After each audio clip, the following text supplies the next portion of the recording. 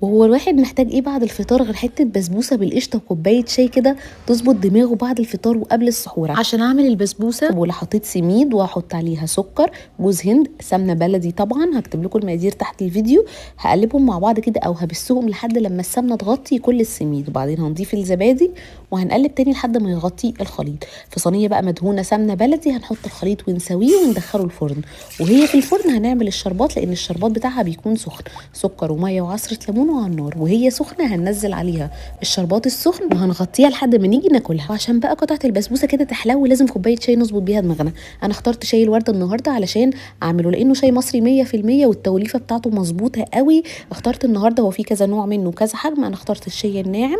احطه بقى في البراد ده كمان عشان يبقى مغلي كده وخطير. شايفين لونه يا جماعه؟ خطير وطعمه مظبوط. تشربوه بقى في استكانه او في مج زي مع البسبوسه المرمله وحته القشطه يا جماعه، حاجه تعدل المزاج. جربوهم متاكده هيعجبوكم. اوعوا تفتكروا الموضوع خلص لحد هنا، لا، لان كوبايه الشاي دي هي اللي بتجمع العيله بعد الفطار على اي مسلسل بنحبه، خاصه لما يكون شاي كده مظبوط وطعمه خطير. جربوه وبالهنا.